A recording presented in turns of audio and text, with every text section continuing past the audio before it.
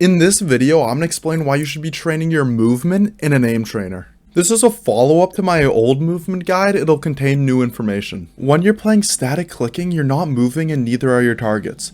Therefore, you use a solid color background because reference points won't make much of a difference as you're not trying to read where the targets are moving. When the targets are moving, you'll have some kind of texture in the background telling you where they are relative to 3D space. When you're moving and the targets are moving, you have to understand where you are and how the target is moving relative to you and how everything's just moving together. This is a whole nother level of reading skills and requires a lot of practice to master. If you train your aim when you're not moving, you'll still get pretty good mouse control and you'll be pretty good at aiming while you're moving just because you have good mouse control. You'll lack some reading skills and it'll be a bit harder to aim while moving than if you just practice it sometimes. Not having these skills in FPS games will hurt you because you're never just shooting and standing still the whole time. Most people usually just think practice this movement in game. You can't learn to counter strafe in KovaaK's. It's pretty hard to learn any game specific mechanic in KovaaK's. These mechanics vary from game to game and aren't really reflected well in aim trainers. The benefit of training movement in KovaaK's is that you'll develop the reading skill much more quickly than in a game. For that reason, I'd recommend scenarios where your player character moves without you doing anything.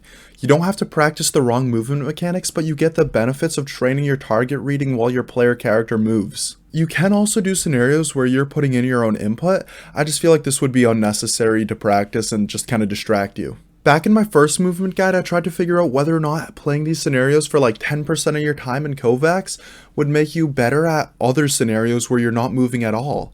I still don't know the answer to this question. It could work as it might increase your focus and also act as random practice, which will help you improve faster, or maybe it just develops another reading skill and your actual aim improves at the same rate as it would if you never touched the scenario.